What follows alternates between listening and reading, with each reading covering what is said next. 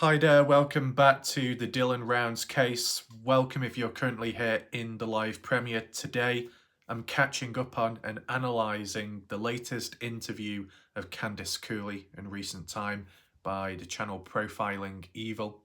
We looked at a slight teaser post from the Dylan Rounds Legacy Facebook page, previously known as Find Dylan Rounds, Justice for Dylan Rounds, talking about how Candice Cooley was going to make an appearance on the show and talk about the case and updates.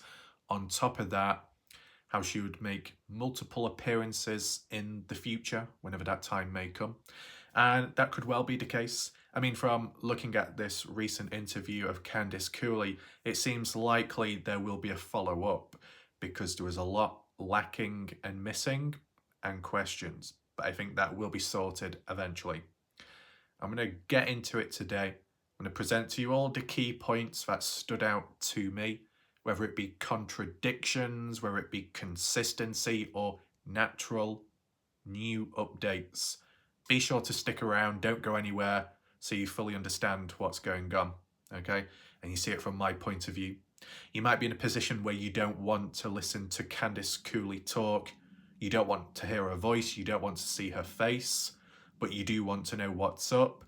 Well, after I've watched the video, which I did, I noted down key bullet points like I've done recently, and I'm going to present it to you, okay? No agenda, just simply presenting it how it was done. And if there are contradictions from at least what we've known of in the past, I will highlight it, okay? For anybody that's currently here in the live premiere, welcome. Feel free to share your thoughts, opinions, comments, discussions in the live chat box right hand side of the screen. If you do want to leave any additional comments or you have any questions, leave them down below under this video in the comment section. Down below you'll also find a pinned link, some additional links if you want to support the channel or check other areas out in relation to Warlight Ref. If you're interested and want to catch up on recent videos, maybe you've missed out on some, maybe you need the latest updates, well, top right corner of the screen, click on that eye symbol, you'll be redirected to videos you may need to catch up on, okay? So with that all being said and done, I can give like a brief overview of this interview and of what's gone down recently, whether it be my channel or the Dylan Rounds community. I don't know if the cough is slightly intermittent today, but it shouldn't be too much of a problem for this type of video, okay? As with Kenny Veach, eventually return back to that. But besides this video, there might be one or two more other Dylan Rounds videos that need to be made. As said, I wanted to return back recently because this stuff has been new and it's kind of fresh, so I want to get on top of it before it fades away.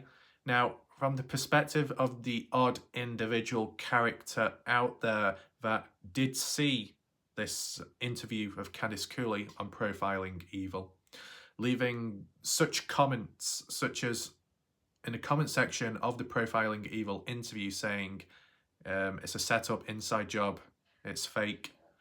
Well, you know where that's coming from, don't you? You know who's saying that. Some kind of like wannabe simulation, matrix, conspiracies, but with not enough proof and evidence.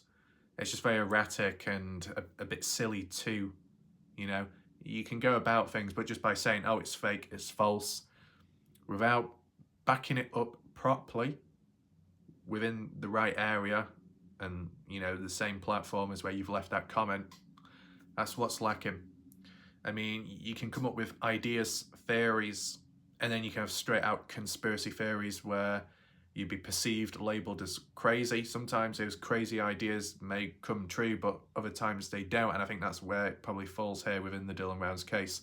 But yeah, you got the odd individual popping up there. The same individual elsewhere captioning that video as inconsistencies, Candice Cooley changing and manipulating the timeline. And I'll be honest with you, from that direct interview recently, I wouldn't say Candice Cooley manipulated the timeline in that sense, because at the end of the day, that most recent update provided by Candice Cooley and talking about the past, not much of it was to do with the timeline or leading up to Dylan's death. Not really. I mean, there was more dates mentioned by Todd Grande, and that was in a 12-minute video compared to the interview of Candice Cooley, which lasted about 30 minutes or so out of a 2 hour long video or something, right? So I don't know what the odd character out there is thinking by saying Candice Cooley was manipulating it and changing the whole story all over again, because really there wasn't that much talked about in that recent interview, right? Okay, understandably, you might look back at previous interviews of Candice Cooley and there might be, I don't know, more room for criticism there. But as for this recent one, I don't think there was much critiques from it. But, you know, maybe the bullet points that I've got here, we'll see what people think, whether you agree or not. And if you noticed any contradictions yourself, be sure to let me know in the comment section or even the live chat, right? Because you may see things I don't. So there's no harm in highlighting it.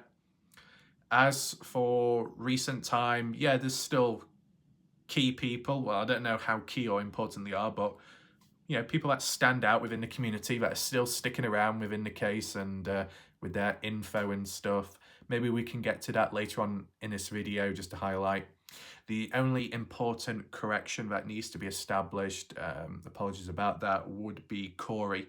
With Corey, the real Corey's original response to Todd Grande saying how one doesn't agree with what Todd Grande has said at all. Doesn't agree at all. So that's just the correction that needs to be made there in response to the previous video. Any shout outs or anything like that? Don't think I need to at this moment in time. As for coming soon, I'll probably do a bit of a light-hearted video. More about that will be explained later, so don't go anywhere. I think the video that I did yesterday, it was a bit of a slow burner. I think once it got towards the end, more people joined, whether that be directly because of the Dylan Rounds case or just because familiar faces showed up and then so did other people follow, likely that.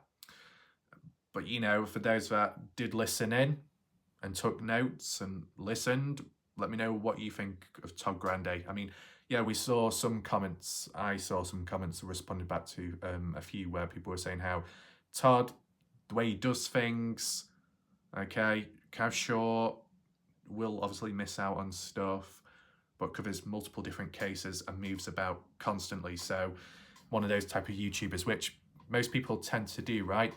I might be one of the few that sticks around with a particular case. Do I stick around with a particular case because I can't think of anything else to do? No, that's not quite the case. I do what I do because there is always something to talk about, okay? If there's absolutely nothing to talk about, then I probably would move on or return back to something else, right? So I do take that into mind.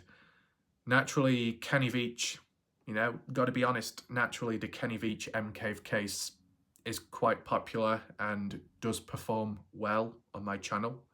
But I choose to cover Dylan Rounds, which doesn't perform as well on my channel and statistically is deemed a failure nowadays. You know, you could argue the videos that I've made on Dylan Rounds for the last, I don't know, year could be deemed a failure, statistically speaking. Besides that, I'm past caring because there are things to cover. You know, I've come this far. Not just going to stop like that, regardless of what the stats may say. I do know what works, and I could do it, but the Dylan Rounds case is important, and that needs some attention as well, okay? So not everything will be about stats, whilst it's good to have that awareness and to spread it. If you've been doing something for so long, or a fair bit of time, and yes, it did do well back then, at least, there's no harm in continuing it right now, especially when really no one else does. And in terms of being comfortable with the case, I could argue that's kind of applies to me. Comfortable in having a general understanding of the case and the alternative points and the alternative information, okay? There's still some areas which kind of piss me off in a way, but it's not the end of the world. What does one mean by piss one off? More like, if that's really the case, then why isn't action being done about it? And I don't mean action about finding Dylan or getting justice. and getting Brenner to confess. I'm not referring directly within a case about that, but more so how you will have, I don't know if you could refer to them as outsiders, but other people, alternative people besides actual family members, besides police, who know a wealth of information and even publicly share and talk about it. But then when it comes to the family members and the news groups and programs and media and court documents, none of it's been mentioned yet.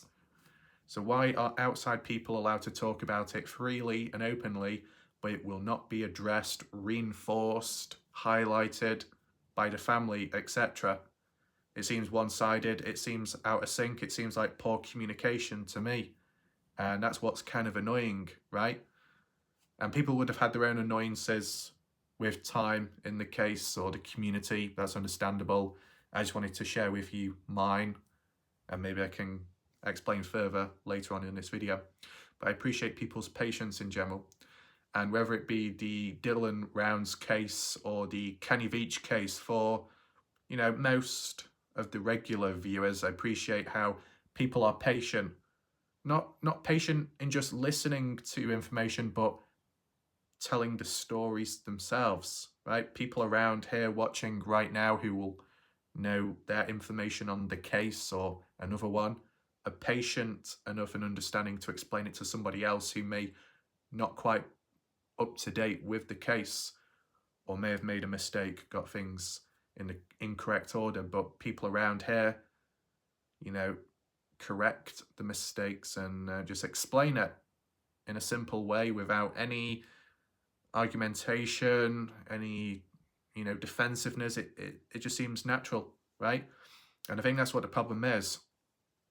Elsewhere doesn't just have to apply in this overall true crime case. It can apply in other communities of true crime where, or mysteries, where people can come on in, like strangers, foreigners, foreign to this channel, not around long enough, just come on in and have that expectation for everyone to believe in them. And for those that don't, you get shouted at, and it just seems very unnecessary, right?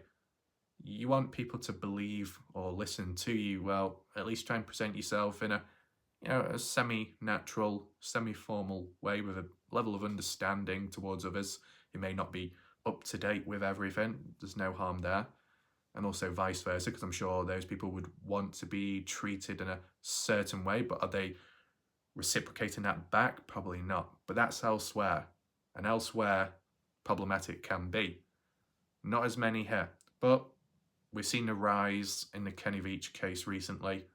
It was to be expected, but that's a different case community. Today we're focusing on Dylan Rounds. Just wanted to let you know of where things are at, what's happening, right? Just so everyone's up to date. I'm aware, and maybe some other people are aware, there might be some familiar names and people, viewers and those out there originating from Dylan Rounds coming on in that may no longer be around. Okay, you might not see them anymore in the chats. They may not leave comments anymore. Where are they? Don't know. You know, some people come, some people go, but there's not always an explanation as to why, right? I mean, personal choice, fair enough. But, you know, in other circumstances when people may leave because they have a grievance with something or someone, if it's never addressed, then the issues can't be fixed or adjusted. And the original creator, channel owner, would never know what the problem was or the root cause, so they can't make change or improvements either. So that's what I mean, breakdown in communication at times. It happens, and I guess it has already. But it's been worse elsewhere, so at the end of the day, could be worse, right? Anyway, let's focus on this interview by Candice Cooley on profiling evil 5 days ago. So the host or the channel owner, can't remember his name, the guy with the shorter hair, I think he was on the left-hand side of the screen, kind of a full face. That's just a descriptive word, that, just so you'll probably be able to remember who I'm referring back to. The guy that was basically smiling all the way through, that person. Not that it's a problem. I'm probably different, okay? Maybe naturally because I might have more of a straight face. It's normal for me, but not normal for other people, I guess. but I feel it does benefit me when I'm talking about serious stuff or sensitive things. If I've naturally got a straight face, if I'm talking about a touchy subject or a bad event, it shows a level of respect to the case or to a victim or to whatever, right? You start smiling, it seems like you're having fun. It seems like you're excited, and um, it's just an observation. I don't know if anyone else picked up on it, but when that host of the channel welcomed Candice Cooley onto the show, saying, "Oh, hi everyone, and just wanted to let you know we've got Candice Cooley on right now, the mother of the murdered son Dylan Rounds." Why are you smiling? It's not a good thing to be saying that someone's been murdered with a smiling face. Not that it's that deep, okay? Or it's done in a nasty way, but as I said, I do things differently, so it will contrast to other stuff I might see. But you know, it's not the first time I've seen stuff like this. I mean, to be honest, when it came to shows on TV, or more so news programs in the UK, and there was times in the past where there was the odd terror attack in the UK, people are being interviewed, general public, and the way they're talking and their facial expressions, it seems like they're having the time of their life. They just escaped from a suicide bomb attack, and they might have had a bit of shrapnel lodged in the leg or neck, and all of a sudden they're smiling and saying, you know what, you know, it was chaos and it was a complete mess, and everyone's panicking, screaming, and you got a bomb blowing up, and then you got blood going everywhere, you got blood splatters all over the wall, all over people's faces, you got people's limbs missing and heads decapitated. Oh, it's really bad. Well, if it's really bad, I think you should tell your face that it's bad, because you seem to be having a great time considering what's gone on. You get what I'm saying? Maybe the mind isn't quite in sync with the facial body language. That's all I could think of. Okay, maybe mine's more in tune with one another because probably both are dead together inside and out. But jokes aside, okay, let's refer back to the key points made by Candice Cooley. This time round, it's probably a bit more effective as well, because the bullet points, what I do have, they're kind of in front of me, just below. Sometimes I've done it off screen to the side. That's why I'm looking that way or that way. It's more distracting. So just in front of me, it's better. I do remember in the past, though, where it'd be the sun, light, the time of the year, I'd have to use like some black background fillings because the paper transparent and the light shining through it would obscure the vision. So adjustments had to be made there, but nevertheless, it's okay now.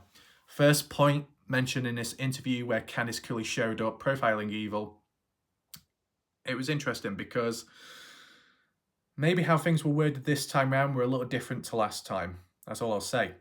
But the first point made by Candice Cooley is an interesting one because it just so happens to tie in line with a recent discussion by the odd viewer on this channel. Now, I'm not going to mention their name, just for respect to privacy, so nothing backfires on them. I'm sure they'll understand.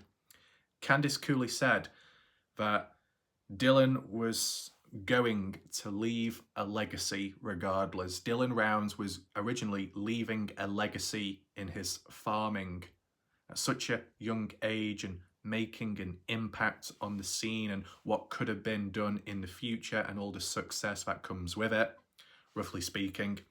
That's what Candice Cooley believed, that the legacy was already there in the name of Dylan Rounds, alive or not. Candice Cooley did say Dylan's life and legacy cut short, though even in death, he's still leaving a legacy till this day.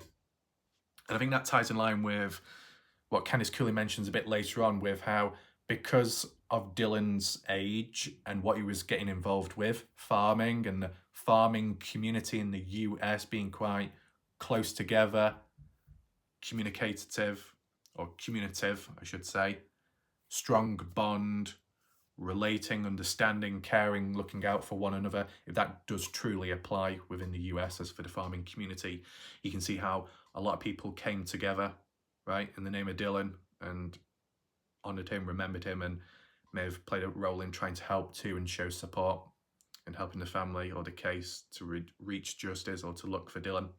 So a lot of people came came together, a range of people related to the case directly as a parent or maybe as a fellow farmer or a fellow person of the same age as Dylan, right? With all kinds of dreams and ideas. So with that draw factor, that's what led to the rise in awareness of Dylan Round's case. And as we said, it wasn't because of influencers, as Dr. Todd Grande stated, or psychics. Nothing to do with that part. You know, you take away the YouTube aspect, you've got 35,000 members and counting on the original Find Dylan Round's Facebook page onwards. So there's already a range of people, right, getting involved. And then you can incorporate YouTube too, but not everybody sticks around for that. So yes, it did attract a wide range of people, but the outcome of Dylan Rounds touched the heart of the nation or a certain population of people that relate to the case or feel emotionally connected. So I understand that. A legacy either way, making an impact in life or in death. But one point that was mentioned by a fellow viewer is the concept of Dylan's legacy done out of guilt. Because of the level of care, attention and detail and the amount of effort put in, such as by Candice Cooley, was it done out of guilt because of what ended up happening to Dylan? That maybe more could have been done to prevent what happened to Dylan from happening, so he would still be alive to this day. And maybe maybe if Candice Cooley was around more and assisted Dylan in some way more, or guidance, he would be okay and safe. That isn't coming from my mouth, no. But that's what a fellow viewer was suggesting as an observation only, right? And I kind of understand the guilt factor, that more could have been done to prevent this, but it didn't happen. So in the name of Dylan or making it up to the person, they devote their life to this, which is the legacy and honouring, remembering Dylan forever. I think Dylan himself probably wouldn't have blamed Candice Cooley or Justin Rounds. Dylan made his own choices, but I can understand that there's alternative ideas for the whole legacy concept.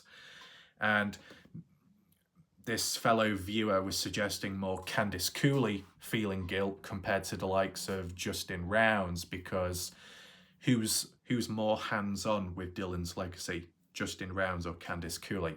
Well, Candice Cooley, of course. What's Justin Rounds doing? Getting on with normal stuff and I guess physically searching for Dylan and maybe physically searching and helping other missing people out there. Kind of like the Aidan Clune one. So if I be honest with you, from my point of view, I don't think there is guilt, but I do feel like both parents are doing their own things to honour Dylan Rounds. Directly to help Dylan or passing on the torch to help other people and other families. And you could say, well, how does that apply to Justin? I'll explain shortly. Better still, I'll explain now. So whilst Candice Cooley is doing, videos, interviews, post online, communicating with news articles, media outlets, all of that, all to do with the talking, the public speaking. That's what Candice Cooley has done, and that's what she kind of specialises in. When it comes to certain online aspects, maybe creating a website in the name of Dylan's legacy, or just missing people in general, the likes of Jazz Girlson is a bit of an expert with that. And Candice Cooley highlighted in that recent interview that to be getting on with that stuff, she'd need to be alongside Jazz Girlson in the same room, because not as tech savvy as Jazz is, whereas Candice Cooley, though, is better at speaking publicly and spreading awareness in talking. Okay, fair enough. Justin Rounds, on the other hand, less talking, more physical action, which is understandable. Do you see? Each person, whether it be a parent, a family member, a friend of Dylan, or someone that feels connected to the case, Each individual has their expertise or something that they're good at. Justin Round's good at physically searching and pushing on. Candice Cooley, good for talking and speaking, even against the higher-ups, resisting and defending Dylan's name. And then Jazz Gilson with the whole online presence and setting up websites, awareness. And then other people in the background, general public or not, creating flyers and posters, distributing them. And then some people on YouTube that talk about the case in a semi-formal way to make sense of it and to further spread awareness of the case.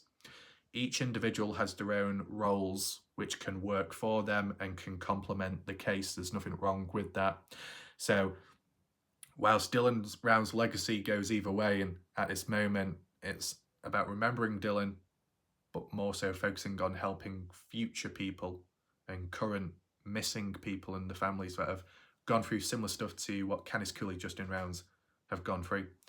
Candice Cooley appearing on other panels or shows possibly, maybe even interviewing some families out there, connecting in the background, maybe even face-to-face or on the phone to help one another out, to chat with people and to let them talk and share thoughts and feelings and all of that, all the communication and talking and showing understanding there to help other people out. That's understandable. Justin Rounds, whilst yes, searching for Dylan Rounds physically, maybe more than Candice Cooley, I don't know. Justin Rounds has also, helped other families, victims, those who've gone missing out there, besides Dylan Rounds. I said Justin Rounds participating in the search, the public one, for Aidan Clune in the past, and maybe Justin has done other ones similar to recently. If you go on Justin Round's page from time to time on Facebook, he's posting or reposting flyers, updates of missing people, those that have been found or those that have just gone missing. So Justin is playing an active role there as well, which could correlate with in Dylan Round's legacy. Although Justin Rounds may not refer to his actions as in the name of Dylan Rounds, it still correlates similar to what Candice Cooley is doing. So they're both doing it in the name of Dylan's legacy. So maybe it's not just Candice Cooley then who may feel guilt. It could be Justin Rounds too. And that would be a fair point, only because Justin Rounds himself almost said he was taking part of the blame for the demise and outcome of Dylan Rounds. Do I think that's ultimately true? No, but for some reason, at some point, and it wasn't that long ago, Justin Rounds felt he was responsible, such as things he talked about in the past and saying negative stuff. It might have negatively influenced Dylan and why he ended up the way he did in the end. That sounds quite deep, but also at the same time, maybe Justin has been too hard on himself, probably, right? But that was just documented recently. So you're going to think Candice Cooley may feel a bit of guilt within, and that's why she's doing a lot now compared to what she was doing back then. Well, you could say Justin Rounds too, because Justin Rounds has outright suggested that he's somewhat guilty or responsible. In my opinion, at the end of the day, I don't think both are showing guilt, because I wouldn't say they're directly responsible, out of their control at the time. They can't control Brenner at that time. They weren't to know that that was going to happen and what Brenner supposedly did to Dylan on the day, right? Because you can't be monitoring Dylan 24/7 and knowing where he's at, what he's doing, and who's around him at all times. It just isn't possible, right? But as for that viewer that was suggesting the whole legacy aspect and guilt, that theme is true and can apply elsewhere in other cases and other stuff. Like, it doesn't always have to be someone getting killed. It could be someone dying through medical complications or negligence by a medical service or a hospital, or if a person passed away because they had some kind of brain issue, or they had cancer, or maybe it could still apply there if someone was taken out but in such a bad way or in an appropriate way, which then led to the person spiraling out of control, then committing suicide, and then a new law is put in place and the name of the law is in the name of the person's name, the victim's name, or name of a new charity set up is for awareness of a disease or an illness, and the name of the charity is the name of the victim that passed away because of it, right? Are they directly through guilt as well? Are they driven through guilt? Not really. If it's through negligence and incompetence, which then led to the death of somebody or the neglect of someone and they weren't listened to at the time when it mattered most, then you could say something's set up in the name of the victim because people feel guilty for the outcome. Too little done, too late, right? That when people did finally listen or take action, it was too late and the person was long gone. You could say a form of guilt was implemented there. But I think most of the time, what tends to happen is who it's set up by is normally by the family, and then it progresses from there. And in certain cases, family can be involved in the death of somebody, like when we saw those facts and stats and statistics in the past, but they don't always correlate to also creating a GoFundMe or some kind of awareness scheme, right? Correct me if I'm wrong. I'm just basing it off from what I've seen and what I've heard, but still, there's times where even if it's not the legacy part and it's just simply searching for the missing person, a person that might have been responsible for the death of somebody, whether it was planned or simply accidental, they could feel guilty. That guilt could be, dragging along themselves wherever they go, whatever they do. And that's why sometimes the perpetrator, the one responsible, ends up joining on in helping in some way because they feel guilty. They eventually get caught out, obviously, and they might even be seen as too suspicious, which makes them stand out and then they get in trouble. But sometimes the guilt can get too much for people and then they react in different ways. Depends how you monitor and track it. Okay. So this was just a small point made by Candice Cooley, but I just wanted to add in this recent discussion by the odd viewer out there to put it into perspective. I said, different opinions, different viewpoints, so I get that. Apologies if there's any weird noises, it's just the backrest. I think there's a loose screw. Oh, it's fixed now, hallelujah. Shame I didn't figure that out before. I don't know if it messes up with the audio.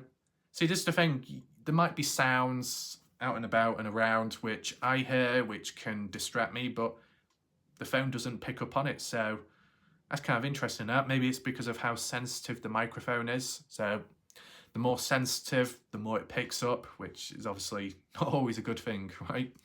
But that aside, let's move on to the next point made by Candice Cooley. So you could argue so far, so good in how it was worded.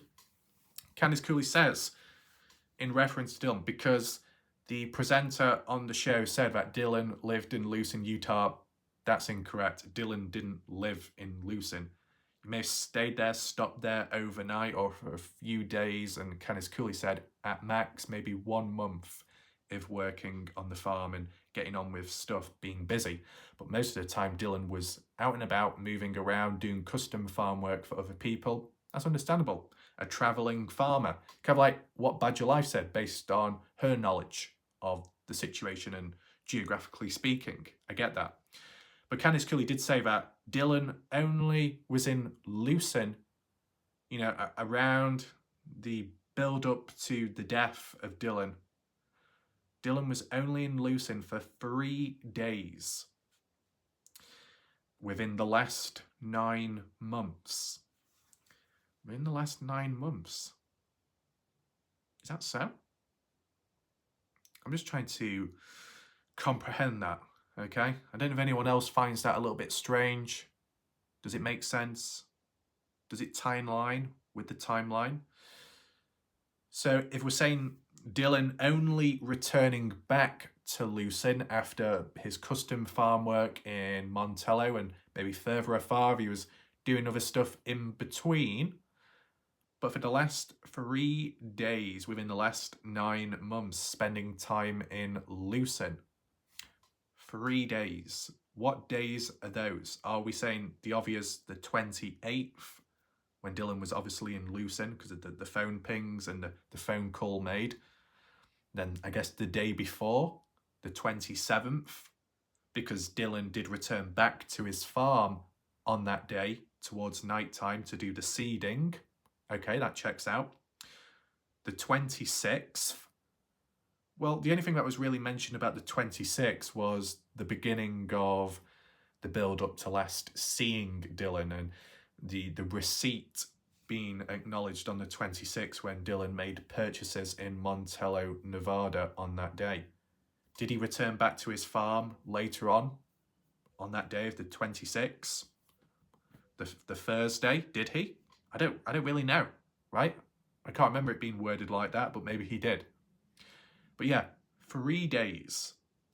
28th, of course, 27th, of course, and I guess the 26th. What about the 25th? What did we hear about the 25th when Dylan was driving down Tacoma Road, came across Chase Venstra, picked him up, drove him to Montello? Then what happened? Where did Dylan go? Back to his farm? Or go away to do custom farm work or visit family or something, or a friend? Because it wasn't exactly highlighted by Candice Cooley, was it, in the 3-day period? So you'd think probably not. I mean, if Candice Cooley was referring to 3 days before the day of Dylan's death, well, then you could say the 27th, the 26th, and the 25th. I would understand that, but I guess it depends how you interpret what Candice Cooley said. The reason why it doesn't quite make sense, and this is just basing it off what we last heard, okay? So, when it came to Dylan Rounds doing custom farm work, from when Dylan got back to his farm, if that's the 27th or the 28th, depending, right? When Dylan got back to his farm after the custom farm work was completed, that lasted a total of 6 weeks. That's what Candice Cooley said originally. 6 weeks of custom farm work. And just before that farm work took place, was it a week before, a day before when it initiated? I don't know. But Candice Cooley said that before the custom farm work was initiated, the last conversation or argument that took place was between Dylan Rounds and Don Hatley. And whether that be directly at the grain shed property or at Dylan's farm, I think it might have been more so at the grain shed property, correct me if I'm wrong, they had a falling out, bit of a bust up, an argument that either something was broke or not quite working, orders weren't quite being followed with a washing machine, Dylan Rounds not being too impressed, Don Hatley arguing back, and then eventually they decided to part ways, and basically Don was no longer working for Dylan. They parted ways. And Candice Cooley said many months ago, based on that, parting ways and then Dylan Rounds then going to do custom farm work for about 6 weeks, that time spent apart for those 6 weeks, by the time Dylan Rounds got back, he probably would have been able to patch things up with Don Hatley and be on good terms. But that never came about because Dylan's life was cut short there and then on his return back to Lucerne. So, 6 weeks. How many weeks are in a month? 4 weeks in a month. Even if you doubled that, okay, 4 weeks, double that, 8 weeks. That's about like 2 months. Well, Candice Cooley is saying in the last 9 months, Dylan has only been to Lucerne 3 times. I'd understand the 27th because of the seeding, and I'd understand the 28th because of the grain truck being parked in the grain shed. So what would be the other date? The 26th or the 25th of May 2022? Or before that, the 10th, the 5th of May, or even before that? Just based on the whole original talk of the custom farm work. Yeah, it doesn't match up, because even when you add it up, at max 8 months, And that's like dragging on over, because you think 6 weeks of custom farm work and then returning back to Lucerne. And just before that custom farm work, Candice Cooley said that's when Dylan had a falling out with Don Hatley.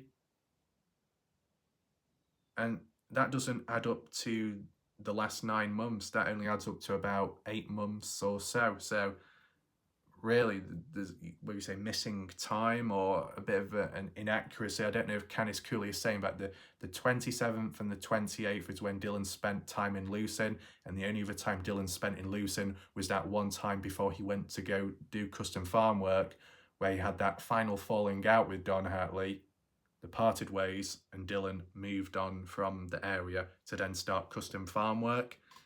And then the last known time he returned back was the 27th, after 6 weeks of being away. And then the 28th, the final time Dylan set in foot in Lucerne. That's all I can think of, but that would be a total of 8 months or so. Within 8 months, Dylan being 3 days in Lucerne, but there's still a month left. So I don't know why Candice Cooley said 9 months, and only in those 3 days out of the 9 months, Dylan was in Lucerne. I don't agree with that. Not with what was said in the past. Hopefully I didn't confuse anyone there. I'm just trying to work it out on the spot. I'm not always good with dates or stuff like that, but I think it does kind of stand out more, this, even if you don't really think too much about it, right? So let me know your thoughts there. Could you say that's the one mistake within this whole timeline and stuff, maybe? It's never really been worded like this before, nor, well, I've not really paid attention to it worded like this before. It's only grabbed my attention now, so maybe it's the first time it's been mentioned, possibly, or at least worded this way. So that's why I've responded now compared to back then. But I think Dylan Rounds, I mean, do you think Dylan Rounds only spent 3 days in Lucerne out of a total of 9 months of his life on that period of time? I don't think so. I think Dylan would have been at Lucerne, visiting, temporary, whatever, a few more times, let's just say, because obviously Candice Cooley wasn't there at the time of when everything unfolded, so you're not going to know everything. I understand that. But then again, leading up to Dylan's death and before, Dylan being in contact, obviously, contacting family members and stuff, and even Candice Cooley, then maybe that's how Candice Cooley learned about what Dylan was doing, what he was getting up to, and because there was no talk about Lucerne, it was assumed that, well, Dylan must have not been there for some time. That's the only other way around it, but let me know your thoughts down below. Maybe it's not a big thing, but it is a bit of kind of like inconsistencies. Moving on, yeah, the quote, travelling farmer, I said earlier, doing a custom farm work. Is there a direct explanation for why people are always on the go and moving about? There's probably numerous factors, numerous reasons. One of my interpretations was because Dylan settling in and starting his own farming business, I guess you'd call it, early phase, still developing and learning on the go, but to be able to fund his own farm, his own resources and equipment, got to have money, and to get the money, you do other jobs, you do custom farm work. So Dylan was able to continue his passion and help others build networks, and then what he received back, he put into his farming business. So it was quite structured, but he was determined. So I'd get that if I'm correct in saying that was the main reason there. The next point, it then talked about locations. The presenter on this interview show was sharing a map of mines, mine shafts, and there was a fair few dotted about. It appeared to be a couple more east, almost in the direction maybe of where the chop shop is, if you remember what we looked at on the maps. The rest, obviously Bald Eagle Mountain and maybe some north as well of Lucerne. But then, I don't know, it might have been between Pilot Peak and Bald Eagle Mountain, but on the Lucerne side, on the lower ground, it looked like there was a row of holes, mines or mine shafts within a I don't know, concentrated area. Can't remember the coordinates. It wasn't exactly labelled that clearly, or at least from what I could see on the screen, but it just felt like on lower ground there seemed to be opportunity. And if it's on lower ground, well, then wouldn't it be easier for Brenner? Just a thought.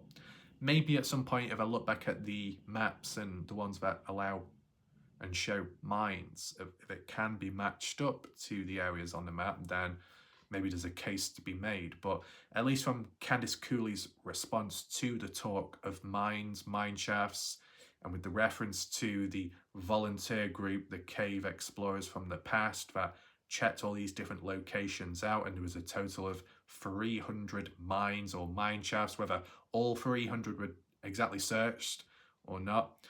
Candice Cooley said she was confident that the mine shafts that were searched, the type of ones where there would be a hole in the ground or something, where someone like Brenner could just roll a body into and drop it down because he's a lazy person. Confident that they've been searched, thoroughly checked, and there's no signs, there's no remains of Dylan, no clues that that's where he's at. Candice Cooley overall believes Dylan Rounds is just not in any mines or mine shafts. There we go. Whilst Candice Cooley may think that, other people will disagree, and other people, some have gone out there physically searching.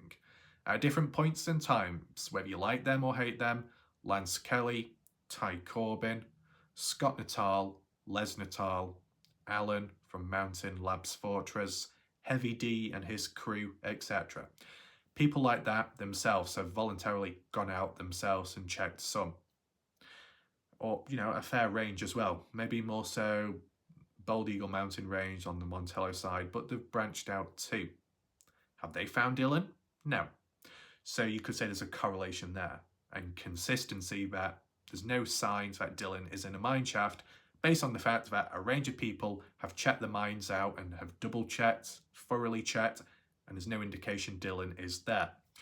The only point and argument I made and put across, which may have come across as rude in the past, is just simply saying that, whilst yes, it's good searching these mines and mine shafts, to be accessing the really tight, narrow ones where the hole is really tight and hard to fit into. When you're searching tight holes, are you expecting to find Dylan?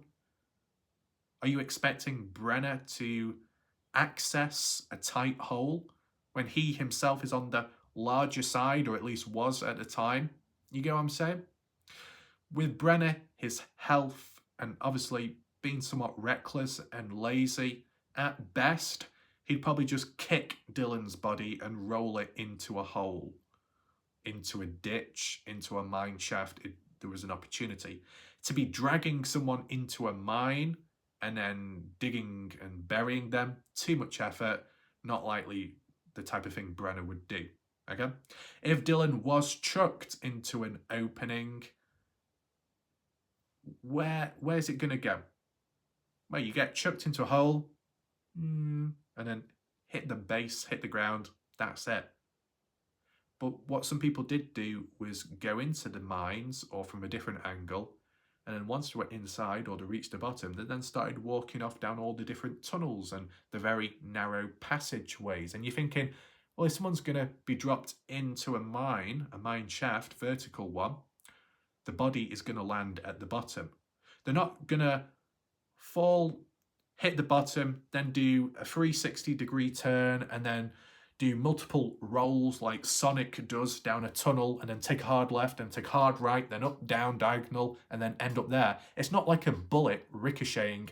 It's a body hitting the ground like that, and that's it. I mean, like, if people jump off or pushed off a building, and the gravity pulling them down, they're going to hit the ground floor, wherever, such a great force. Will it cause them to bounce back up? No, because when the surface is hard, there's no flexibility. It's not like a trampoline. They're going to hit the ground, and that's where they're going to remain. They're not going to go anywhere else. I mean, you could say, well, what about if Dylan was like kind of alive? and he tried crawling his way out, or crawling down a tunnel maybe. Okay, maybe I understand that, but I think, to be honest, if Dylan has already been hurt or even fatally killed, he's not really going to be going anywhere. And even if he was somewhat alive, to be chucked down a mine shaft and maybe hit your head on the sides on the way down, and then to make contact with the floor, it's probably going to incapacitate you. If you're already vulnerable and you're already injured, being thrown down a mine shaft isn't going to do you any good. It'll probably finish you off. So I was just basically saying at the time, whether it be down to efficiency or practical thinking, doing all this searches in these mines and mine shafts, it's a good thing, it's interactive, it's hands-on, but at what point do you ask yourself, is Dylan really going to be down here or down a tight, narrow tunnel? How's he going to get there? It doesn't seem quite possible. I know when you're there, you might as well check it all out, I understand that. But maybe Candice Cooley, with her confidence, could be somewhat correct in relation to if you've got an opening of a mine and somebody's thrown in, they'll collect at the bottom. And if they've been searched, those type of mines and shafts, well, if Dylan's not there, then obviously Dylan's not there. I mean, what else can you say? I mean, my question would be, what's the difference between a person being flat out, succumbing to the environment, flat out on the ground floor, in a valley, in a desert, compared to being found at the bottom of a mine shaft? Well, there's a higher chance that the bones will remain if you're in a mine shaft than if you are on open ground where animals and more predators can come on in and take a bite out of you and scatter bones, whereas in a mine shaft, animals don't have the same access to go down there. That's why when you do see people exploring these mines and they come across bones, it would probably be from an animal that's accidentally fallen in and hit the bottom and died upon impact. So you could see how it goes for a human as well. And those bones tend to remain in place and not exactly scattered. So the same should happen to a human body as well. So just by taking that into mind, you could apply it to the whole searches taking place when trying to locate Dylan. So I just wanted to mention that in general, okay? Let me know what you think. Do you agree with the confidence that Dylan isn't in a mine or a mine shaft? I guess the factor of there is supposedly many out there to search and explore would be the one of the factors as to argue and say, well, have you truly searched all of them? Could there be one that is where Dylan's at? Could there be an unmarked, unnamed one, which doesn't show up on the maps, but does exist out there? But how much longer will it take, and how many more mines are out there? And how far do you start branching out? Because people said in Nevada, there are a lot compared to the likes of Lucin, right? But if it's presumed that Dylan is somewhere within Lucin or the outer skirts of Lucin, then what's the point going into the border of Nevada and then checking out every single mine shaft over that way? I mean, the only mine shafts which could have been checked and probably have been checked, and there was a reason to do so, were the ones nearer to Brenner's former place of living, which was near to the, well, on lower grounds, but nearer to the mountains, the Nevada side, with Bald Eagle Mountain Range and around that place. And the reason why I say that is because with Brenner having some kind of experience in the past of living over that way, he's familiar with the area. So if he's going to return back or dispose, bury something, well, that might be an example of a place he would go to, besides obviously the other time he spent at the Grangeshed property and out and about. If he's been walking around the area or driving down the dirt roads, you think there'd be a certain level of comfort as to knowing where to go and what to do. It's kind of like if you were a local in a city and you wanted by the police, you're in a police chase, you probably know all the back streets, all the roads and passageways to sneak through to gain an advantage over others who are not quite familiar with the area.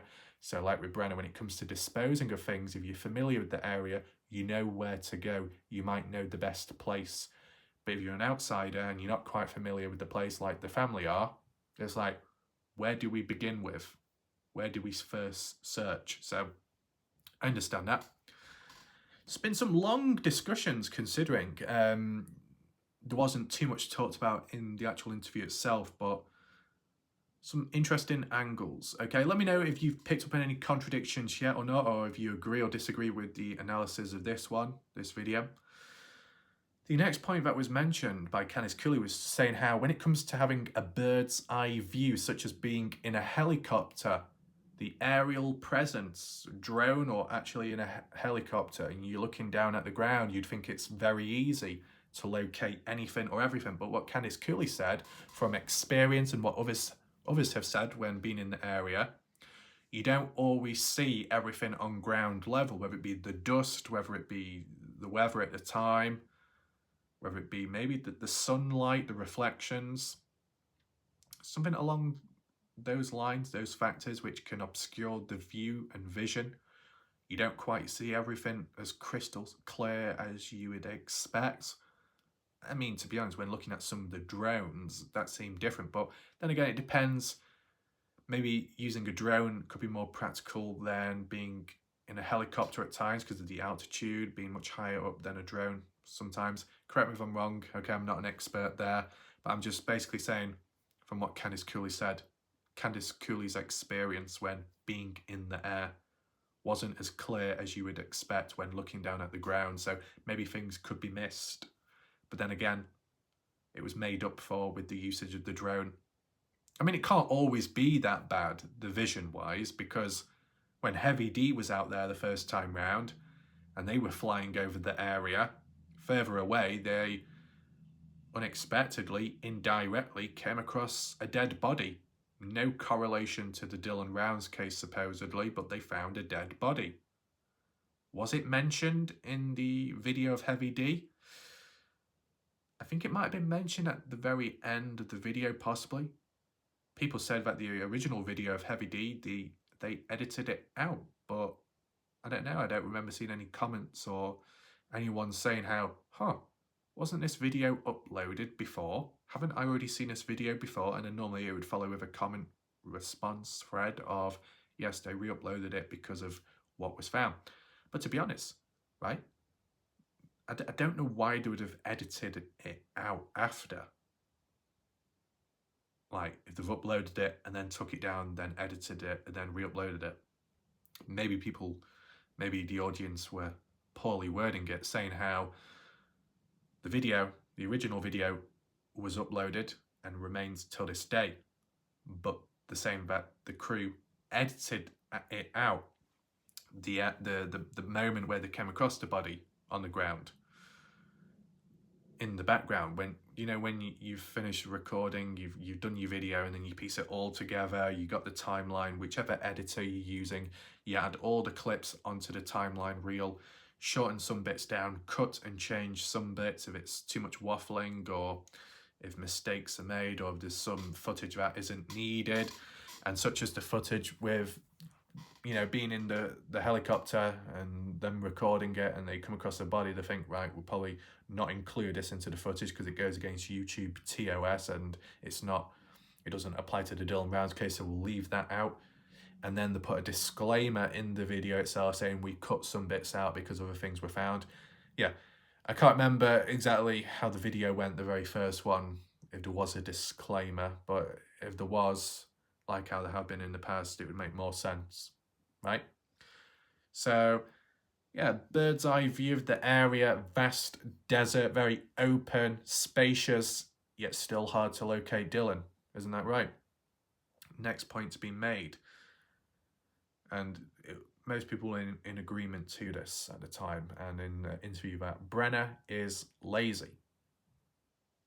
Yeah, I mean, you could consider Brenner being lazy, his work ethic, his attitude, even you could argue and say physical appearance. I mean, it doesn't always apply. It doesn't always guarantee somebody is that way. But sometimes if a person is lazy, they might be on the bigger size because they're not working it off. They're not really doing much. They're not moving around much. They're being lazy, sat about. And everyone will have the reasons. But with regards to Brenner, with being lazy, you wouldn't expect too much from him. So disposing of a dead individual, yeah, you'd think that Brenner would make an effort to clear it up just so he doesn't get in trouble, so it doesn't trace back to him. But in terms of the quality of the disposing, there's a lot left to be desired. Is that the correct way of wording it? It's probably going to be done as a poor man's job of disposing Dylan, not done good. So the factors of being lazy. You probably wouldn't go very far in disposing Dylan. You probably wouldn't go up mountaintops. You probably wouldn't go into caves or mine shafts and descend into them, or go in tight, narrow passageways to drag Dylan's body in. You probably wouldn't get Brenner dragging or carrying Dylan's body across a desert either. Likely, Brenner appears to be the type of person that might try and get Dylan into a moving vehicle, drive on, go somewhere, and then chuck Dylan out of the passenger or the back seat and then drive on. That might be a bit too lazy and a bit too reckless. Of course, there's always that chance that Brenner did receive help from somebody, like a friend, maybe like Don Hatley, in the disposing. 2 men able to carry Dylan, or one carries you, one digs. I mean, the size of the 2 guys put together, they'll probably have some form of strength in carrying Dylan, but they probably lack in stamina because of age, because of the weight, because of being a bit lazy, etc. All these factors which can qualify and apply to a possible rough location of where Dylan could be at. And based off that, Candice Cooley said, within a same sentence or so, that Dylan is not far. Dylan is in Lucerne. Do I agree with that? I mean, it depends how much of Lucerne has been searched. I don't know. I think I might have asked a question in the past and it varied. Has 100% of Lucerne, Utah been searched? 75% of the land? 50%? 25%? Under 15%? How much has been searched and checked? Because previously, Candice Cooley mentioned how they went back to the pond, they went back to Dylan's farm, the main line, the grain shed property. They've gone back to back in those locations, double checking, triple checking, turning up the land, going round and round and round Lucerne Pond as well, not finding Dylan. So I guess you move on from that. Checking the washes, like what they didn't really find anything. Has it been too concentrated? Have they spent too much time returning back to the same places over and over again? If so, then it's understandable why the possibility of Dylan still being out there and not that far away would apply, because if you haven't searched the entire land of Lucerne, there is still so much to check out, right? You can call Brenner lazy and reckless and incompetent and not a criminal, a career criminal expert. He's not. But as much as Brenner is lazy, let's be real, he's been very successful in disposing of Dylan. Because if it was truly a lazy job, if it truly was a lazy, poor job in the desecration of Dylan, then surely Dylan Rounds would have been found by now. Maybe the only factor which benefits Brenner is the simple fact that there is so much land out there and mileage to cover. And if not enough distance has been searched by Candice Cooley, Justin Rounds and all the other groups, that there is still so much more to check out, then yeah, that's probably what's stopping them from being able to retrieve Dylan. Because it's a matter of the time it takes to search it all. That's what I would say. I mean, if Dylan has been buried in the ground, which you would think, because if left on surface level and the flybys and like how Heavy D came across a body flat out in the desert, then the same would have applied to Dylan, right, within the time period. That didn't happen. So you would assume that Dylan is buried somewhere. I think that seems to be the consensus. And with so much land out there, Dylan could be in any square foot patch allocated slot. I mean, you could argue not argue, you could question and say, what's the closest Candice Cooley Justin Rounds have been in terms of location to possibly trying to find Dylan? Could they have at any point been about 1 to 5 miles, 1 to 2 miles away from where Dylan is actually at? Just a thought. Because yes, you can go back to these hot spots, but what about all the other locations? Even if it's just flat land in the middle of nowhere, you know, you don't expect much from that spot. And maybe because you don't expect much, you overlook it. Do people pick up on that? Brenner may have buried Dylan where he thinks is the best place, or he did it randomly, or he did it with an area he's familiar with, such as in Lucin, Utah. If it's not been searched by the authorities or by the volunteer groups or by the family, well, that's probably why they haven't found Dylan yet. It all comes down to the simple question of how much land of Lucin has been truly searched? Once or twice, how much? Besides all the other named locations, what's the total amount of distance checked? I mean, I know Candice Cooley said about in the past I did that 500-person walk hand in hand going across the land, but that wasn't digging up land, was it? So like the equivalent of what was done at the main line what was done at the main line was the ground turned up, dug up and checked for soil disturbance, and also checked in the ground to see if there was anything buried. There were some zones where the dogs took a final hit and there was like 2 verified alerts, and here and there one where things weren't found but something was once there, like DNA, a scent to do with Dylan, a temporary burial spot, a form of desecration. Brenner buried Dylan there and then moved him on elsewhere after, possibility. Okay then. So the act of digging up land, turning it over, seeing if anything's buried there, how long would it take to do that and cover the entire land of Lucin? How many years would that take if all you did was spend digging up the land all over Lucin?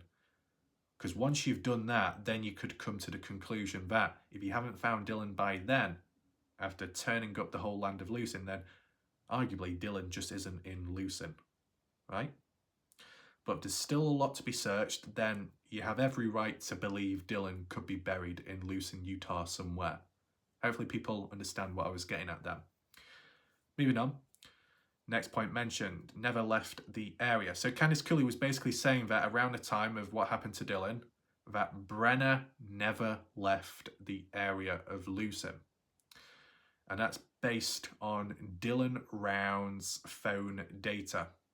The presumption that once what happened to Dylan, Brenner then was in possession of Dylan's phone, which, you know, up to a point in time can be verified and confirmed based off that time-lapse video on Dylan's phone, which did depict Dylan's phone in Brenner's trailer in Brenner's possession. So Brenner got a hold of the phone, that's for sure. That's how it's been described by both Candice Cooley and Justin Rounds. So you'd think by 7:27 a.m. and onwards, wherever Dylan Rounds' phone went, so did Brenner. Because if Brenner's in possession of it, then he's probably going to be moving about with it in his pocket for safekeeping, so nobody else gets a hold of it and finds out what truly happened, right? It's kind of like what killers do and criminals do in life out there, whether they're stealing something or they're taking possessions off someone that's died. A phone is an example which is taken away and then for a period of time is in the possession of the perpetrator, the killer. And on the day of the 28th, that was the last time Dylan's phone was active in terms of phone pings and data, because the last time it pinged was near to Lucin Pond, and later, 19th of June, it was found in Lucin Pond, so disposed of, right? And that all happened. Those phone pings all on the 28th and ended on the 28th. And all the way throughout, probably in possession of Brenner, because the time-lapse footage shows Brenner in possession of that phone earlier on in the day. So you'd think wherever that phone goes of Dylan's, Brenner follows because he's in ownership of it at that time. So because the phone ended up going from Grangeshed property to the trailer, time-lapse footage being found there, to then going down to Dylan's farm for about 30 minutes and then returning back to Brenner's trailer and then remaining there till the afternoon and then going on to near Lucin Pond, then being disposed of, alongside correlating with the time of when Brenner was going on to Don Hatley's place for the barbecue, yeah, it does highlight that up to a certain point in the day, Brenner didn't leave the area of Lucin, Utah. But you could argue and say once the phone was disposed of in the pond, and then Brenner went on to Don Hatley's, what did Brenner do after that point? Return back to his trailer? Or did they both go elsewhere after? Did they meet up with that Jubilee truck driver that was seen leaving the Grangeshed property at 3 p.m. on the 28th? You know what I'm saying? So, whilst Brenner is in possession of Dylan's phone, and Dylan's phone remains in Lucin, Utah, you could assume that Brenner never left the area on that day, which would highlight the possibilities that on that day, if Dylan was disposed of, it was all within the area, so yeah, it would make sense. But it doesn't explain as to where Brenner was exactly, his whereabouts throughout the whole day on the 29th. Even the 28th, past the point of the phone being dumped into the pond, what did Brenner then go on to do besides Don Hatley's barbecue? Could have been any other complications or other stuff that went on at that time. That Dylan could have been buried in Lucin, Utah on the 28th, but then dug back up on the 29th and then disposed of elsewhere further afar out of Lucin, Utah. You get what I'm saying? Unless you were, because I'm basing this all on from what Candice Cooley has said. This is all based on Dylan Round's phone data, not Brenner's. If it was also based on Brenner's phone data, which then tracked him being in the area all throughout the day and Sunday, then maybe you could be a bit more confident that Dylan was in fact buried in Lucin, Utah.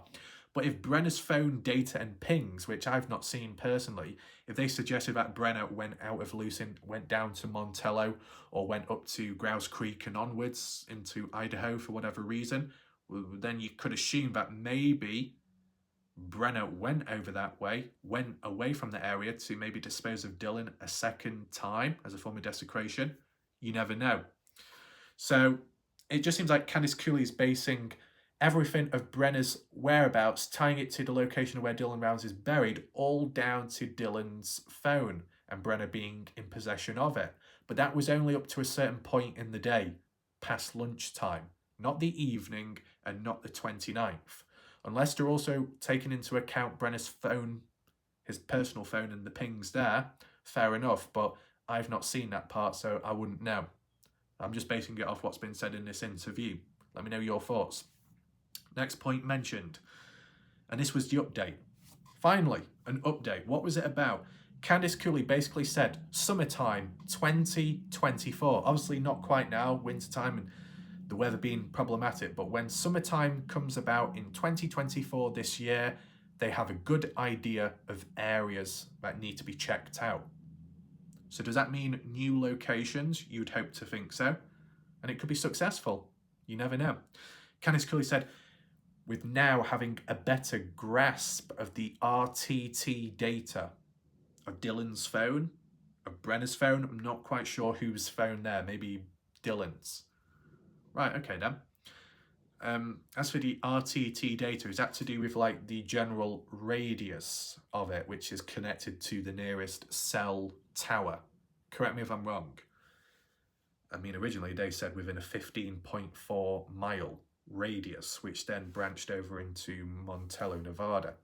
If that 15.4 mile radius applied still to this day, maybe that's roughly the areas that are going to be searched by Candice Cooley, Justin Rounds and whatever groups they may have. But to say that they've got a better grasp and idea now, which has led to new locations possibly, that's some kind of progress, right?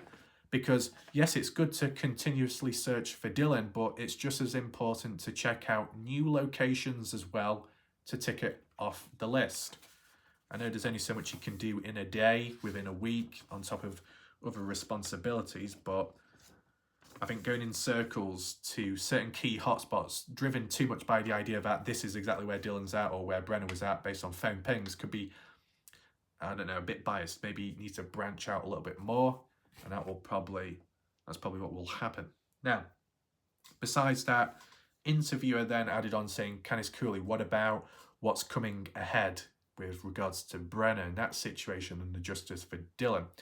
Candice Cooley just highlighted it, saying Brenna preliminary hearing May 2024, beginning the 14th, going into the 15th and the 16th.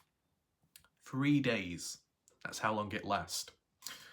And whilst people may be looking forward to it or anticipating it, this was the point where Candice Cooley, in a way, contradicted herself based on what was said previously, and it wasn't that long ago. Candice Cooley was saying, well, when it comes to the preliminary hearing, it's not even the beginning. It's not really a big of a deal. You know, there's not that much about it. It's a start, but it's not the main trial. So we'll see what happens.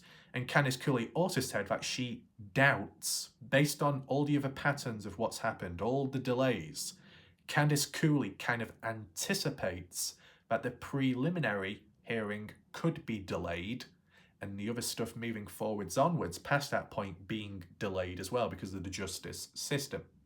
And whilst that seems like a normal way of thinking, especially when that's all you've experienced and know of, why has Candice Cooley said this when a few months ago she said, we've got the momentum, we've got the movement, there are not going to be any delays, no delays at all. It will happen and it will go underway. No problems, no trouble. And now she's saying, well, to be honest, I think there might be delays. I wouldn't be surprised. So does that mean something has happened in the background to go from confident to not so confident? That's what you would think, right? So I'd say that's a bit of a contradiction there. It's just an observation, that's all. Candice Cooley did say, though, in the meantime, time has gone by quicker than expected, and whilst recently focusing on other cases, helping other families out, tying in with the name of Dylan's legacy, the legacy itself, the different websites, Etsy store, new fundraiser ideas for the future to help the K9 Task Force unit responsible for Dylan's case and others, and much more. And as well, Candice Cooley said, next week, which could be this coming week because the original video interview was 5 days ago. So this coming week, Monday onwards, is when Candice Cooley will be making an appearance with Dr. Phil. What's going on there? Dr. Phil, I think they were talking about a new series, a new show, and Candice Cooley is appearing on it to do with the Dylan Rounds case. What will happen though? What is going to be talked about there, which is different to everything what we've heard beforehand? And how much depth is it going to go into with the case and the updates?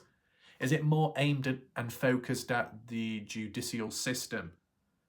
You know, the laws, the state, how that goes about when dealing with cases, trials, and people responsible for crimes and how things are delayed and dragged out? Is it more aimed at that procedure or the actual case itself of Dylan? I can't quite remember because I'm sure Candice Cooley may have said it was to do with the court stuff and all the legal things and issues there. Maybe it's about spreading awareness and shining a light on those issues which are faced with people nowadays, and just like how Candice Cooley, Justin Rounds have faced themselves. But I'll be honest with you, okay? I'll be honest with you. The only type of interviews I've ever felt that there was a genuine connection and it felt more open, and although maybe short in length, a lot was talked about, I'd say the East Idaho News channel. I'd say East Idaho News, or East Idaho, Idaho, I should say, ho, they've done one of the better jobs when interviewing the family, the parents of Dylan Rounds. Nate Eaton asking the right questions and keeping them open-ended, and the family connecting with Nate, getting on well, opening up and sharing thoughts and delivering clear messages and being noted, documented along the way, and those videos being publicly accessible. I just think there was a more genuine connection between Candice Cooley, Justin Rounds with Nate Eaton, and that Nate Eaton has covered the case and followed the family closely for some time over a period. So with a better connection established, more could be talked about and more open. It might just be bad timing that nowadays where Candice Cooley may appear on, Justin Rounds doesn't tag along anymore, so you're only hearing one side of the story, one perspective, and with things being on more of a down low, played down more now, more quiet, not talked about as publicly, it might just feel like there's not as much of a connection anymore. It might just be down to the coincidence of timing, that's all. I just felt that East Idaho News with Candice Cooley and Justin Rounds was where it was best at for the interviews and the coverage, because it was outlined and explained pretty well. And ever since, it's been lacking that, because East Idaho News, Nate Eaton haven't done an interview with Candice Cooley since, which is an unfortunate thing, and Justin Rounds too. Let me know your thoughts as to where you think was the best coverage for interviews on the family, the parents, with the Dylan Rounds case. Anywhere specifically you have in mind, let me know down below. Final point or so mentioned by Candice Cooley was that there's supposedly many fake Find Dylan Rounds, Justice for Dylan Rounds pages with false information. Where will that be? I guess alternative pages on Facebook, because that's why it's called Facebook pages. And if that's where they're active on, Candice Cooley may have seen them or been notified of those communities. Now, you probably always get alternative communities of people doing the same thing, but Candice Cooley is saying that these type that do it is full of misinformation, fake news. Now, I've not seen any of these fake pages myself, but if any of you have, let me know down below, and is that information fake? Maybe there's a small chance that all those characters along the way which have been problematic in the case and have caused disruption or confusion, or an enabler of the trouble, may have all gathered in a Facebook page at some point and have shared all the information and collected it, and Candice Cooley is calling it out as fake. Interesting, right? What I'll end this conversation with now, it could have been done as a separate video, but I don't know if it would have caused more problems than it's worth, right? When it's come to the Kenny Veach M Cave missing person mystery case, there's been wannabe experts, not people that sit back or armchair theorist, where they come up with ideas as what could have happened. No, when I say wannabe experts, I'm referencing people that come on in and are claiming that they have all of the answers and that they know exactly what happened and how they word things. They word it as a fact and not a theory. So there's a difference between my true definition of a wannabe expert and then other people along the way that misinterpret it, okay?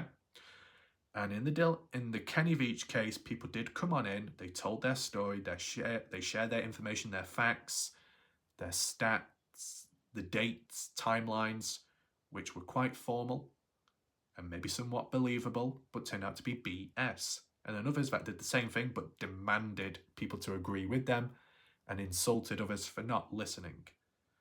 Yeah, stupid, right? The same has happened within the Dylan Rounds case, okay? You could argue there are some people in the Dylan Rounds case at some point that seem to know a lot, that seem to have a lot of inside information, okay? And they share it with the general public. Isn't that a good thing? Kind of. Some of these people are acting on behalf of certain family members or the parents of Dylan Rounds, such as Justin Rounds. that they either got the information directly from one of the parents of Dylan Rounds or somebody else that was in contact with Dylan at a point in time. Okay. Do you understand the problem what I have then? And if you don't, I'll explain it right now. For the odd person or couple of outsiders or those that aren't directly within the case or aren't directly related to Dylan Rounds, let's just say, but they may act on behalf of the case, a local or living further afar. People that come in with a great wealth and depth of supposed information, the real facts. Why is it only them talking about it? That's the problem what I have. Why aren't the family? Why aren't the true friends? Why aren't the parents, Justin Rounds, Candice Cooley, publicly talking about this new information or this original true story? From the key fob to the gun, who it was taken by and who it was returned by. Supposedly Larry Rounds returning the items. But the ones that took the stuff away was Colton Rounds, Dylan's brother, and one of Dylan Rounds' friends, then taking it to Larry Rounds. Some people with time believe in that, and that's supposedly the truth, and that Justin Rounds also knows about it.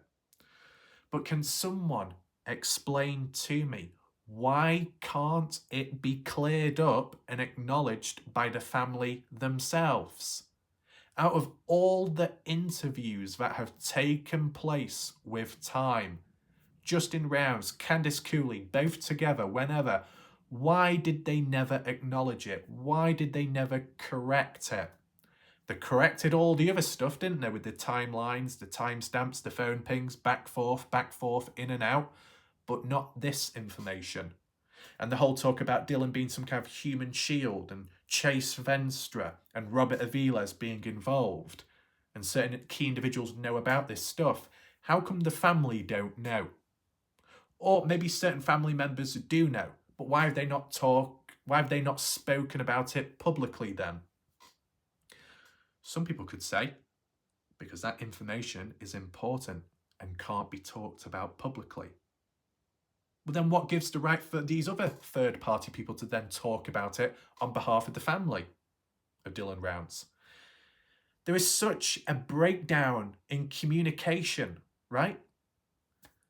And in those instances where maybe Justin Rounds does know, and that these third-party people have heard it from Justin, or just know themselves that Justin knows about it too. And then this third-party person or people are trying to spread the awareness of the real truth. But do you understand how hard it is to believe when it's not from an official person? Right? And I know some people could say the way the Dylan Rounds case has gone, to be looking up to those, the LE, to be looking up to those for answers is a joke. To be listening in to the parents from what some have said with time is a joke because of the inaccuracies made. If you can't trust the formal people, you can't trust the higher ups, you can't trust the ones in on the case, well then there's no harm in then looking to the outsiders, the locals, and listen to them. But some of them have spread lies or exaggerated. So no matter where you go or turn to, there is misinformation and there is confusion. And in the small pockets, there are genuine people, but to find them can be difficult. To trust them can be even harder if you've been on the receiving end of a lot of deception already. So that there needs to be an understanding there as well. What I would say, no matter what all these other third-party people say, whether they know the truth or not, if the family could come forwards publicly in an interview in the future, East Idaho News, Profiling Evil, or any other interviews to get involved with time, and they simply cleared up the misunderstandings with the past. You see it so often where Candice Cooley will say, the misconception which most people seem to have about Dylan is that Dylan did not live in Lucin. He didn't. He stayed there temporarily from time to time when he was working on the farm. Okay. Thanks for clearing that up. Now, why can't the same be done with the other stuff like the gun and the key fob then? Why can't that be cleared up? Oh, because it's sensitive material. Well, then why are other people then talking about it on your behalf then? Are they allowed to? Because if they are allowed to, then why can't you as the parents or family members or friends clear it up or reinforce it? Okay? The best outcome, and I'm going to make it very clear, the best outcome would be if you got these third-party people with their facts and information, an alternative story to the original story, correcting the wrongs, and then the family stepped on in and said the same exact thing. I need consistency. I want to be able to see it. I want to be able to hear it. That's not happened yet. It's more one-sided. It's okay if you're acting on behalf of someone to get a message across, but it would be nice to hear it from the original individual that knows about it. Does that make sense? That's not happened. Some points might have been cleared up, some points might have been agreed on, but not everything was it? So, if anyone can explain to me, how can third-party people, whether they're locals or not, or simply in contact with the right people within the case, how come the original source can't come out and explain it themselves? But third-party people can, and we're forced to believe in it. Why can't it be reconfirmed, reinforced by the originals? Why can't that happen? It feels like I'm talking to a brick fucking wall at times, right? I'm not talking about regular people here on my channel, good individuals. But you know what I'm referring to in general. No names specifically mentioned before people get their pants in a twist, okay? But surely people must understand my point here, right? To believe in something, you need stability, consistency, evidence, proof, etc. That's what's been lacking in this case far too long. So I'm going to remain cautious, whether people like it or not.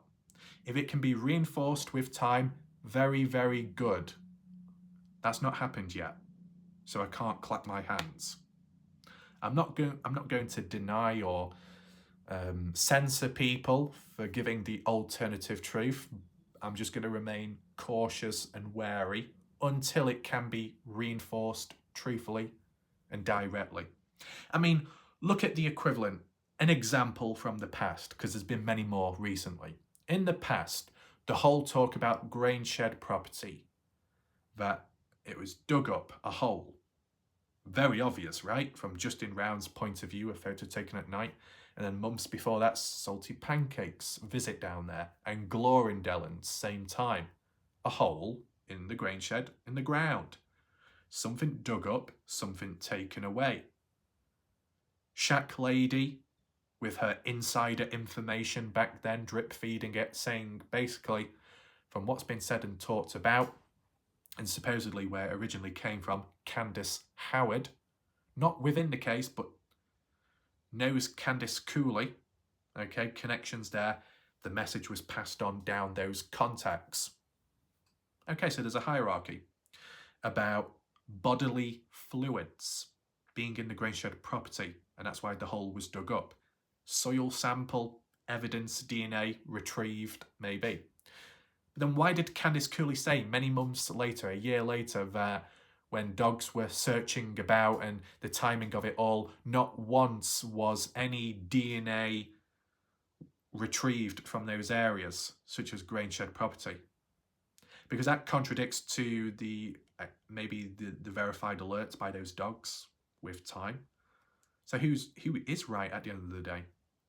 If Candice Cooley is contradicting herself, but Candice Cooley is the original one to tell Candice Howard, supposedly, that there was bodily fluids in the grain shed, and then Candice Howard passed that on to the shack lady, and then the shack lady passed it on to the general public. I mean, Candice Cooley has never mentioned it publicly about bodily fluids in the shed. I've never heard it mentioned. I've never heard Justin Rounds mention it. Maybe because it's sensitive information, it's too important, can't be talked about. Right. Was Dylan Rounds found at the grain shed property? No. So I can't imagine it being that important. If it's not a sensitive place, if it's been turned over, checked many times and Dylan's not there, well then there's no harm in talking about that evidence then. Because it's not going to lead to things being contaminated, because it's long gone by now, so why not openly talk about it? If third-party people are acting on behalf of Candice Cooley, saying that this was found here, supposedly, or something to do with Dylan was, then why has it never been acknowledged publicly by the family themselves or the news articles? Is it because it's not true, or is it because it's sensitive information? Well, if it's sensitive information, then what gives the right for the third-party people to talk about it publicly? Is that a lack of breakdown in communication or a lack of trust? So what we've seen back then can apply to now. What we've seen with the grain shed applies to the gun and the key fob. There may be an alternative truth. An alternative truth which the family may know of, or certain members do know of, but never publicly acknowledged or outlined clearly in any of the interviews. That's where my biggest issue is. As said, I don't just listen to what the family says or what the police say, right? I think outside of the box. I listen to many different points of views. My concept is, if many different points of views all think alike and are in consensus with one another, but aren't directly influenced by one another, and it's like a natural decision made, there's a level of consistency and maybe more truth within it when believing it. That's just not happened. The whole breakdown in communication has been one of the biggest issues in this case. Poor communication, poor wording, poor language, enabling this, enabling that. Acting on behalf of somebody else, but that original person not coming forwards themselves. Drip-fed information, hierarchies. It's just not good, right? Maybe nowadays things completely change because most of it is all kept quiet. I don't know if Candice Cooley, Justin Rounds have felt betrayed by some of these key sources or key messengers that have been present on YouTube or not. I don't know. Guess we see with time. There'll be some miscellaneous people, some small percentage, locals out there who don't get involved with drama, who stay very quiet, keep a low profile. They've not got too much to say. They don't have all the answers and they make it very clear. But what they do know seems to run consistent with what others have said with other locals. And it doesn't come across as them being dodgy or having an agenda against the case. I would say I'm probably one of the only channels or few channels within the case in which people have reached out to me alternatively elsewhere and have been genuine. No agenda, not forced, but done with care and understanding. You know, for someone to come out publicly or reach out privately and say, hey, I don't know everything, I'm not the smartest, or I've not seen everything, but what I have seen, what I have noticed is this, and then they've provided information, details, links, backstory, evidence. That's all very good, and it's good that people managed to reach out to me at a point in time. Not forced, done naturally.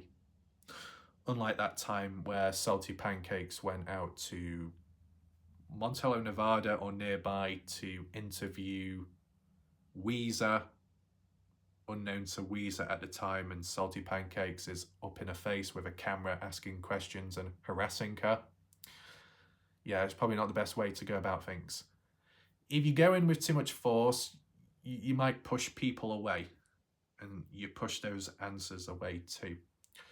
So, yeah, we'll leave it there for now. This discussion could have been saved for another day, but to be honest, I don't know if it would have done much good. So I just thought, let's just leave it all here in one place. By the time for people to work their way around to get into this video, this live premiere, I'm sure most people would have caught up by now, including Matty Boy, including Dale. Oh, little Dale. Yeah. Leanne.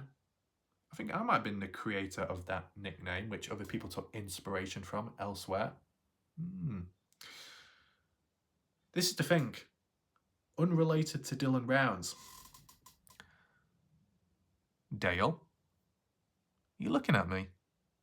What are you doing, Dale? Stop peeping through that keyhole. Laura is getting very tired of that. And as for Leanne, you know, people will have their camera lenses. Some will have contacts in their eyes. Leanne doesn't have binoculars, but she does have bottles, which she looks through. Crystal clear. Well, so she thinks. And Matt. Oh, Matt. A statue of Matt in Iraq rhymes perfectly. Anyway, that aside, what I have noticed, there appears to be moments and times where one may create some very good nicknames by me, and other people end up using them elsewhere, taking inspiration but almost appearing as if they're the creator. Shh. At the end of the day, you are looking at the creator, the catalyst, and the causation of it all. So, simmer down, naughty one. Shh. And as for Campos Taco, yeah. No whip for now. But Campos Taco saying that Warlike Ref has it all... that Warlike Ref has it all under control. That Campos Taco is under one's control. No. I've seen taco all over the place, spreading out quite far.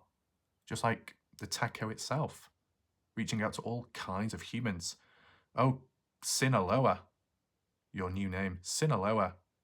You've been very busy, haven't you? Too busy for an appointment, it looks like. Get round to that eventually.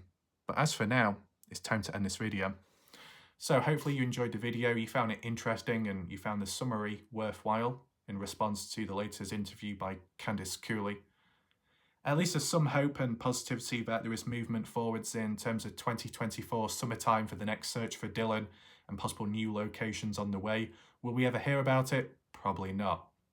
And that is a shame, because maybe if it wasn't for disruptive people over time, the family would have been open about maybe possible search locations, which would have then led to more map analysis videos by me.